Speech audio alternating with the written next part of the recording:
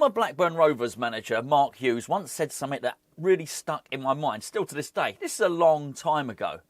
He had a striker called Roque Santa Cruz. Signed the striker, hit the ground running in the Premier League, did really well. And I remember an interview with Hughes following a game that Blackburn had won. Cruz had scored, and the interviewer asked him, what persuaded you in the end to pull the trigger on Cruz and get the deal done? And Hughes said, I just thought it was about time that we stopped looking at what he couldn't do and concentrated on what he can do. Now, Cruz was a big player. He was a target man. He was a forward. He wasn't quick. He wasn't particularly deft on the ball. But my goodness, he was really, really effective. He was really commanding in the air. He had an absolute howitzer of a shot. And he had a lot of attributes in the game which made him very, very effective. Now, you'll know because you'll have seen the title of the video, I'm making a point about Tomáš Souček here.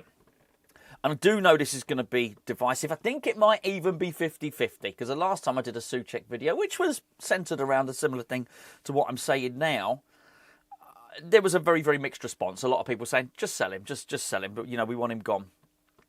And by the way, I just want to point out, I don't think that's hate. I see a lot of people claiming hate on Tomáš Souček. I don't think Tomáš Souček is hated at all. I think he's loved by West Ham fans. Just people that think they would rather he wouldn't be here, would rather he wasn't here next season, are probably looking at it purely from a footballing perspective. How can you not love this guy? New father as well. He did the baby celebration.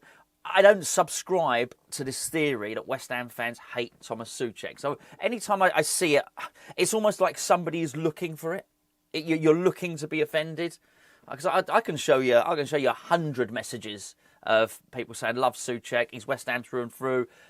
And I think it's just easy to ignore the 99 and then concentrate on the one that says that, Anyway, I just want to make the point. I do think just because you think Souček should move on next season doesn't mean that you hate him. But anyway, he scored yet another goal. You'll know this against Manchester United. In many respects, a bit of a rarity for Souček, actually, because it wasn't a game-winning goal. It wasn't a goal that got us 3 points. It wasn't a goal that got us a point. Because that's normally what he does. Souček normally scores really, really important goals. What it was, I think it was something like his 40th or 41st goal for West Ham. His record is quite incredible. He is a consistent goal scorer. And I remember when he first joined, Souček joined West Ham on a loan deal to start with. He joined in January. And he looked really, really good. And I remember doing a video. It's on this channel if you could be bothered to dig through. And I said, you know what? I said, I won't be surprised if next season he hits double figures. Now, that was really important because basically, apart from the very, very elite, most Premier League midfielders don't hit double figures. Well, I tell you what, he might well do so this season. Because he is quite comfortably West Ham's second top scorer again. And you can understand why clubs like Leeds United and Everton want him. I think the Everton one, because there are serious links with Everton. Everton are really serious about getting Souček. There's no doubt about this at all. The links are obvious. It's David Moyes, right?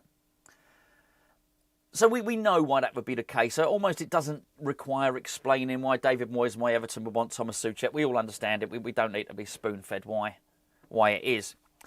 For Leeds United, it's quite different, actually, because, Daniel Farke has got maybe a reputation for playing, football on the deck. Maybe the type of football that you wouldn't naturally associate with Tomáš Souček. Yet he wants Souček. So I asked a rhetorical question, why would he want Souček? Well, it's because of those guaranteed goals. He just guarantees goals in the Premier League.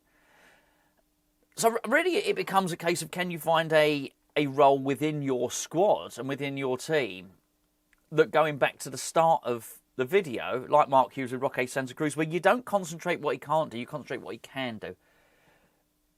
He is amazing, absolutely amazing in both boxes. And in terms of the goal scoring, it's gone way past any suggestion that it might be a fluke. It's just lucky he's in the right place at the right time. No, this is a skill. I'm not sure it's a measurable metric, particularly in terms of very data-led way of looking at football. We're lucky enough because of our lovely patrons. We're lucky enough to have Y-Scout at Hammers Chat, which is a software. It's basically international scouting software. If we want to, we can go and look at games and look at players in microscopic detail. And unless I've yet to see it, I can see dribbles. I can see dribbles completed. I can see duels. I can see defensive duels. There are lots of metrics which you can measure and look at a player. I'm yet to see one for inspiration. How would you even measure it? And I'm not entirely sure there's one there for that knack. What Arsene Wenger used to call a fox in the box, funny enough. That knack of being in the right place at the right time. And I guess you couldn't really measure it analytically because the right place at the right time depends on the time and the place, doesn't it? They're not the same at every point in the game. It's not like you could say, okay, well, 8 yards out, 2 metres to the left of the far post is the right place at 37 minutes in every game. There's no right place and right time. It's there. It's instinctive. You've got to sniff it out. It's like, I don't know what I was just about to say. A pig sniffing for a truffle. Sorry, Thomas. You know what I mean. I think it's a skill. I think in many respects it's an unmeasurable skill. He's got it in abundance. He has it in absolute bucket loads. I'm just not sure it's anything that West Ham can afford to throw away. Now, it really comes down to whether Soucek doesn't want to leave West Ham. He would sign a new contract and he'd sign it tomorrow. So I don't think necessarily it comes down to that. He's spoken that actually he would love, his ambitions one day is to captain West Ham. He's really happy. He's really, really happy at West Ham. And you get that with both the Czech lads. Vladimir Soucek doesn't want to leave. I mean, his boy's just joined the club, just signed up for the academy, hasn't he? So Nicholas Soucek. So, these guys have really just immersed themselves in everything that's West Ham in the same way that Fornals did when he was here, of course. So I don't feel that Soucek is pushing to leave it. In many respects, I wonder if he's looking for reassurance that actually he's wanted. And I have to say, I do want us to bring in more energetic players and I do want us to bring in more technical players. I absolutely do. But not everybody can be like that. You do need different players, different types, different shapes, different sizes in every football team. And I'm not sure. I'm just not sure West Ham. Well, I'm certainly not certain that West Ham will be good enough next season to be able to say, oh, that guy who's going to score 8, 9, 10 goals from midfield, we don't need him. Yeah, I don't know why I made that. That was a duck again. Where's the duck? The duck's gone. Sorry, I've lost the duck. The honking duck. Thank you for your comments. It looks like Zippy's taken his honking duck. The honking duck's gone. I was gonna give it a little honk on your behalf. I'm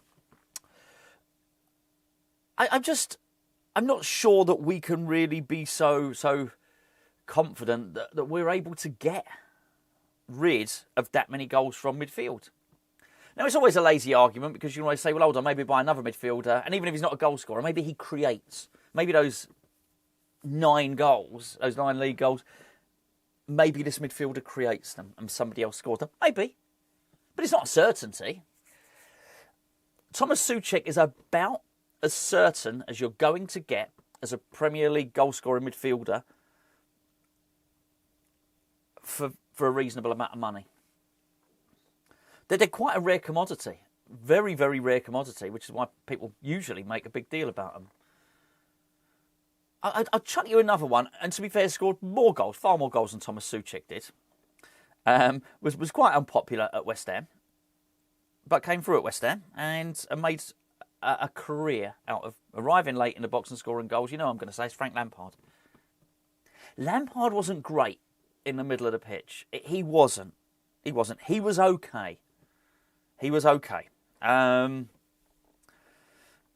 You look at Steven Gerrard, who was around at the same time, who was also a goal-scoring midfielder. Gerrard offered far more in the middle of the park. You couldn't You wouldn't stick Frank Lampard at right back in the Champions League final. You wouldn't stick Frank Lampard at centre back.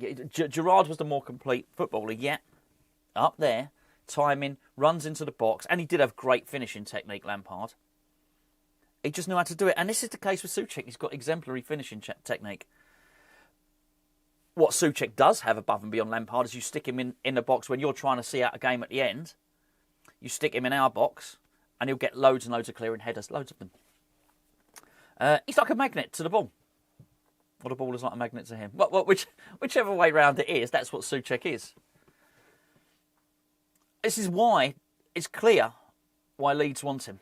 Leeds United want him. It's clear. We know this. We know why Everton want him. I think we should turn him down. I don't think it would take much. He already loves it here. It's not like you've got to do a big... We spoke about Nathan Gerrard yesterday. Nathan Gerrard's decided he wants to leave West Ham. To encourage him to remain, you'd have to do such a convincing job. It'd be hard work, wouldn't it? Oh, you know, you'd have to really, really make your case. I don't think you've got to make a big case to Tomáš Souček to persuade him to stay at West Ham.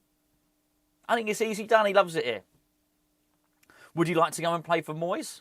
Yeah, I'm sure he would. Would he like to stay for West Ham? Stay at West Ham? Yes. Yes, he absolutely would. So I would reject what Everton have got to offer. I'd reject what Leeds have got to offer. I've already said it before. Why would we give Leeds United... We might be battling it out with the relegation teams again next season. This season would suggest we will. Why would we give Leeds United someone that could score them 8, 9, 10 goals? That could be the difference that puts them above West Ham. I think it'd be madness to do that. Will we be battling it out with Everton next season? Well, I hope so. I hope we're above Everton. Obviously, I really hope we're battling for top 6. Can't see it, but these are our rivals. And whilst you might not want Tomáš Souček at West Ham, you would concede, I'm sure, even if you're not a Tomáš Souček fan, that he is an effective player, that he will score goals in the Premier League. I'm not sure why we'd hand him to one of our rivals. And then you factor in the price we're going to get for him. It ain't much. 15 to 20 million pounds. If West Ham's transfer window is so heavily predicated upon us clawing back 20 million pounds, then we are sort of in a bit of trouble anyway. You would hope that that's not the case.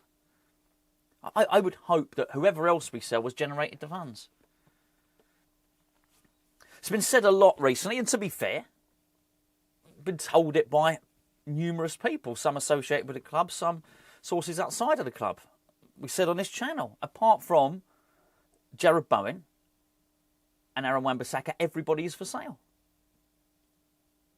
About a week later, ex-West Ham United employee said something similar. He added Crescencio Somerville in there, which makes sense, but it's still more or less the same.